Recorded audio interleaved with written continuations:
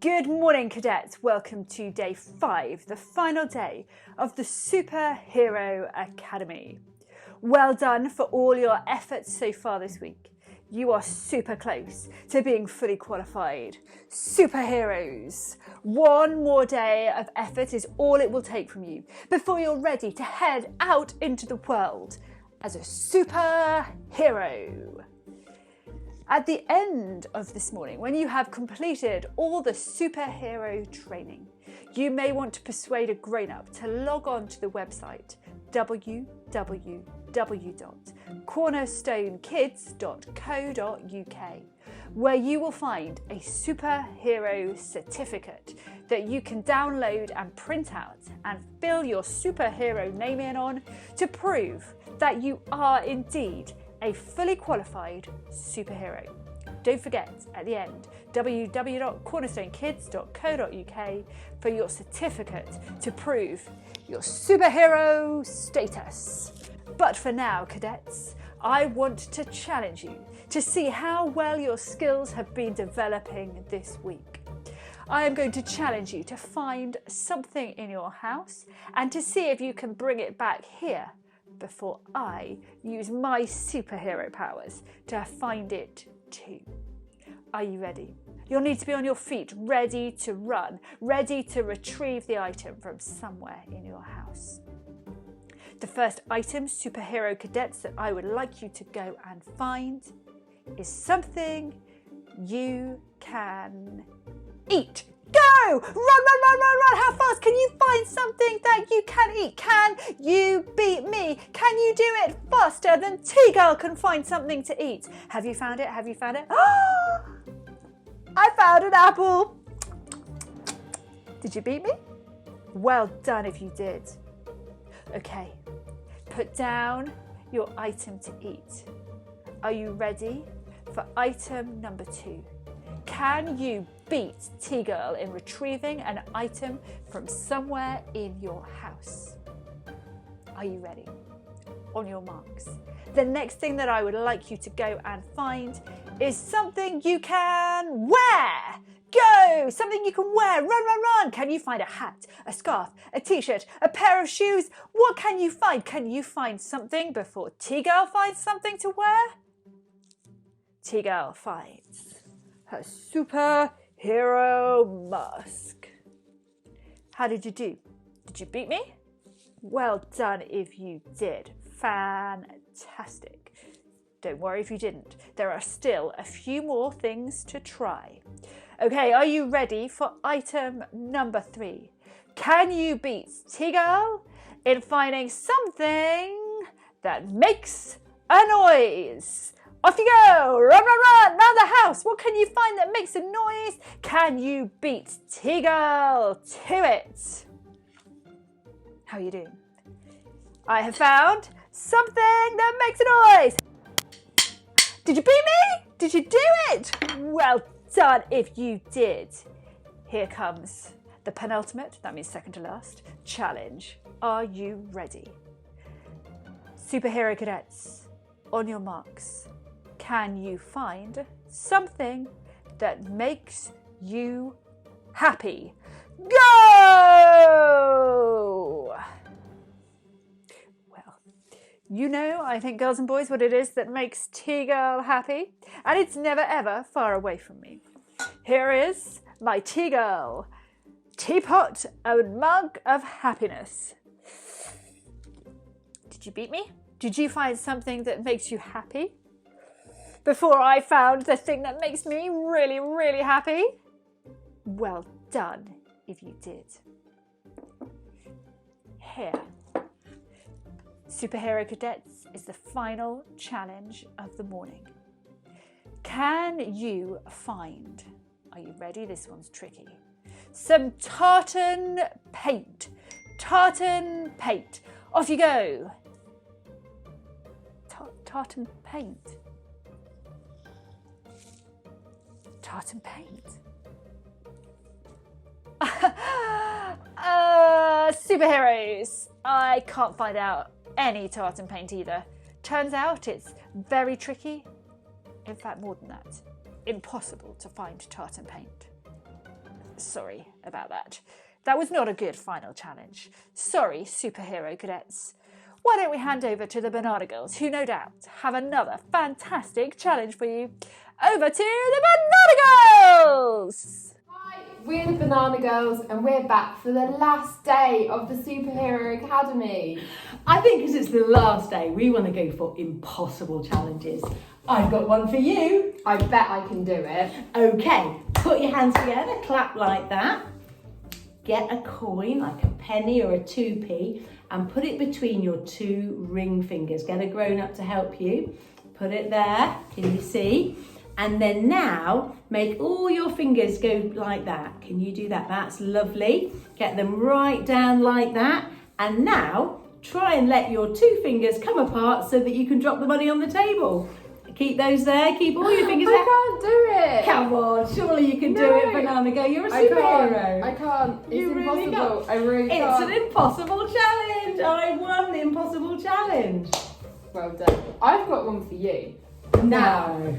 Get this piece of paper and I bet you can't fold it more than 6 times. Oh, I can. I'm a superhero. No, you can't. Okay, so I know you can't. Have a go at One. home as well, everyone. two. You can't fold a piece of I paper more can than fold 6 it times. 7. I'm No, sure you I can't. can. A piece of 3, A4 paper. 4. Wait, it's getting a bit tricky. 5. 6. I can't do it more than 6 times, Banana Girl. It's impossible. It's impossible. So have you got a piece of paper at home? See if you can fold it 7 times. I bet you can't. Have you got a coin at home? See if you can let it out from between your two ring fingers. Bet you can't. Have fun.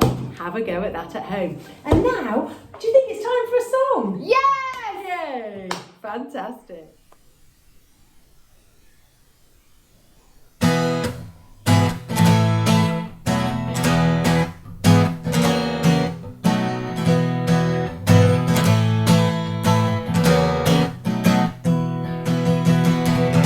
Our God is a great big God. Our God is a great big God. Our God is a great big God, and He holds us in His hand. Our God is a great big God. Our God is a great big God. Our God is a great big God, and He holds us in His hands. He's higher than the skyscraper, and He's deeper than a submarine. He's wider than the universe, and beyond my wildest dreams. And He's known me, and He's loved me since before the world began. How wonderful to be a part of God's amazing plan. Our God is a great big God. Our God is a great big God. Our God is a great big God, and He holds us in His hands. He's higher than a skyscraper, and He's deeper than a submarine. He's wider than the universe, and beyond my wildest dreams. And He's known me, and He's loved me since before the world began. How wonderful to be a part of God's amazing plan. Our God is a great big God. Our God is a great big God. Our God is a great big God, and He holds us in His hands. Our God is a great big God. Our God is a great big God.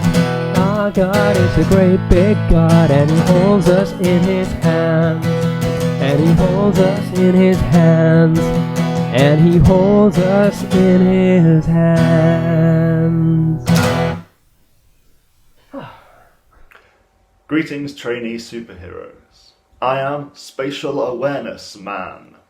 Did you know that I do all of the Mind the Gap announcements at train stations, which saves more lives every single year than Superman does?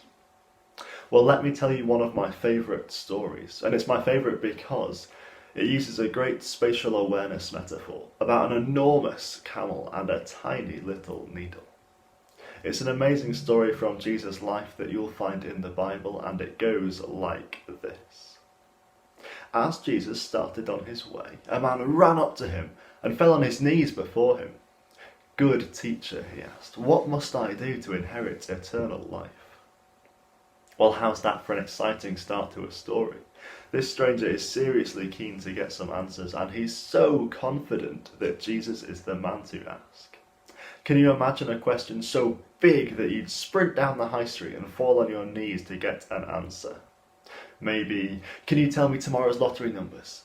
Can you make me the best footballer in the world? Can you make me pass all my school tests? Can you make me live the best life ever, so that it never ends? Well, can you imagine a person so amazing that you'd bother to ask them a question like that? This stranger had heard of a man so amazing he could answer his enormous question. And he was so sure that he didn't care about running down the street and getting his knees dirty. So how does Jesus answer? Well, at first they talk about the law, the rules that God gave to Moses for Israel to live by. Jesus lists a few of the 10 Commandments, but if you have a look, you might notice that he doesn't mention all of them. I wonder why that is. I'm sure he didn't forget about the others. I think he focuses on these ones for a reason. They're all commandments about dealing with other people. And all the ones that Jesus doesn't mention here are about how we relate to God. Well, the stranger doesn't bring this up, but he does ask for more. He doesn't just want rules to live by, he wants the way to live, the truth. He wants real life. So he says, yes, I've done all that, Jesus, but that's not enough for me. What can really bring me to life? He's learned how to relate to other people, but he hasn't learned how to relate to God. That's what the rules are about that Jesus doesn't list, but instead of just listing them now, Jesus gives him those commandments about relating to God in these 2 instructions. He says, go and sell everything you have and follow me. Now that is 2 huge instructions, but in a way, they are one the same. They're both about following Jesus. After all, it's impossible to follow somebody without leaving where you are to go where they go. Jesus didn't squeeze all the enormousness of God into a human body just to sit around getting rich and comfortable. He had work to do. So if we're going to follow him, we'll be giving up on being rich and comfortable too. We'll be chasing God, not chasing money. The stranger in our story was a rich man, so going along with Jesus would have meant leaving a lot behind. But that was Jesus' answer to his question. How can I inherit eternal life? Follow me. That's where the stranger gets stuck in our story. He wants the life that Jesus gives, but he isn't ready to leave his own life to follow Jesus. Jesus understands, and he says it's so hard for a rich person to have eternal life. It's like a camel trying to squeeze through the eye of a needle. Well, you don't need my spatial awareness superpowers to know that a camel is way too big to fit through the eye of a needle.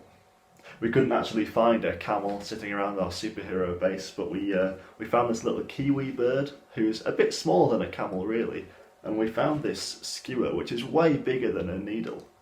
But even with these stupid examples, you can see that it's not going to happen. There's no way you can squeeze something that big and hairy through a tiny gap like that. It's never going to happen. That's exactly what Jesus is saying. It's not just tricky, it's impossible. There's just one question left then. How can we follow Jesus?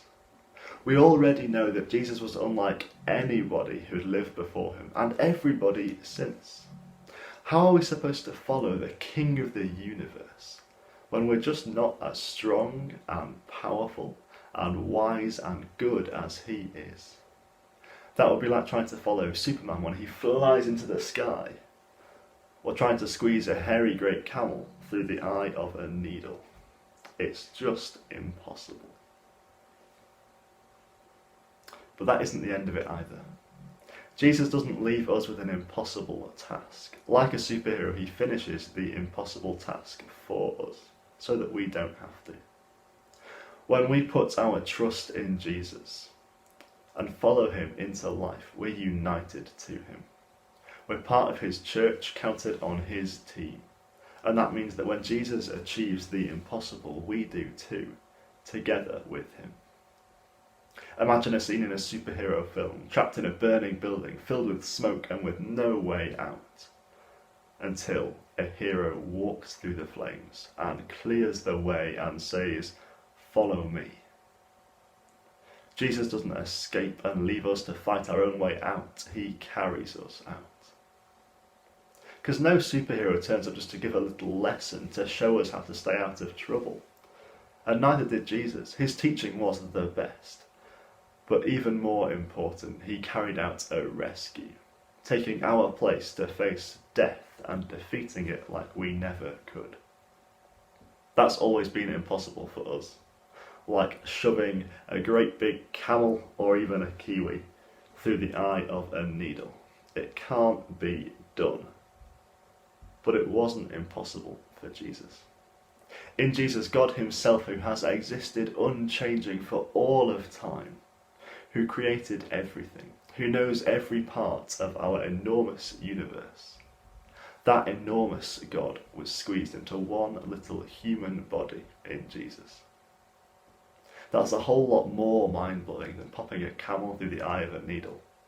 And it means that Jesus can rescue us when it's impossible for us to rescue ourselves. What have we learned in this story then? The biggest question you can ask anybody is, how can I live life to the full forever? And Jesus' answer to that question is, follow me. Right now though, put your new superpower skills to the test on this incredible craft. Hello again, superheroes, and we're going to make a camel today, like this one here. So for this you will need a cardboard egg carton, a bit like this one, and you'll need to cut out 2 sections together, leaving them attached to one another to make the camel humps. So do that first, and if you need to paint it, you can paint it as well. Then you'll need 4 pipe cleaners like this, some brown card and some paper and pens. So with your brown card, if you cut out the head and shoulders of the camel, a bit like this, and you can stick a googly eye on, and you can put a face on your camel like that.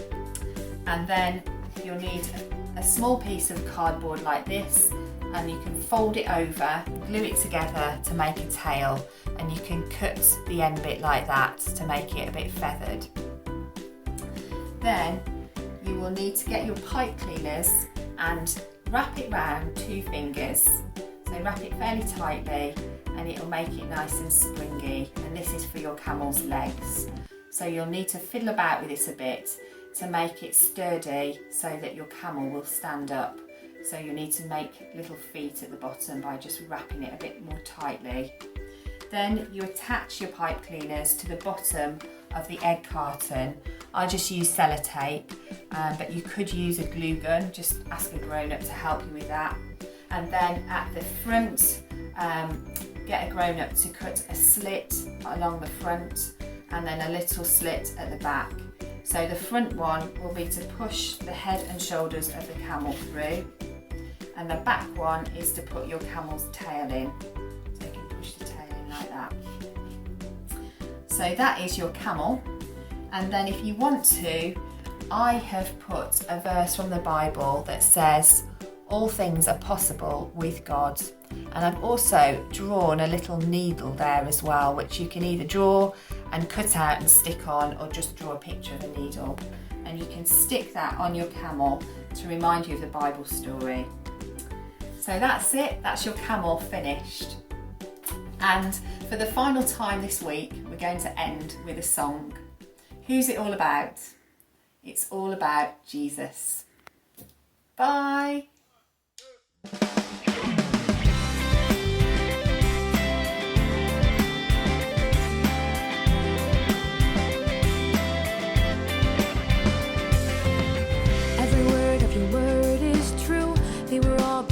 out by you. Your spirit wrote through men like a pen in the hand of a God who knew that we would need to know how much you love us so. You wrote it down for us forever. Oh, from Genesis to Revelation, there's one story of your great salvation. It's all about Jesus, oh, it's all about Jesus. Shout now from every page, there's one hero that'll save the day. It's all about Jesus, oh, it's all about Jesus.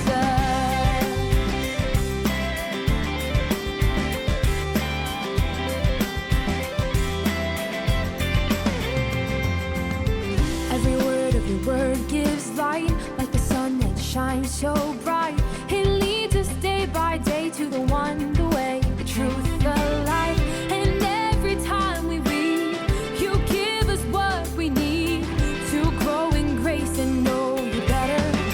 Oh, from Genesis to Revelation, there's one story of your great salvation. It's all about Jesus, oh, it's all about Jesus. Shout now from every page, there's one hero that'll save the day. It's all about Jesus, oh, it's all about Jesus. It's all about Jesus. Even from Eden we read, the serpent will be crushed by a seed of Eve. Cause all glory belongs to the Son. Every story pointing to the Holy One. Like when Abraham put Isaac on the altar, he pulled a knife, but God, he never falters. Faithful to his promise, he would provide a substitute ram for the sacrifice. And now he gave commandments so we could see his holiness in our desperate need. There were so many temporary sacrifices, none of them were perfect, no, but Christ is. The prophets spoke and they were not liars. God would send his very own son to be Messiah. Rescue, redeem, restore, reclaim. Every saint loves his holy name, cause he died on the cross to take our place, the final substitute and eternal grace. And he rose from the grave and up to the throne until he comes again to gather his own. From Genesis to Revelation, there's one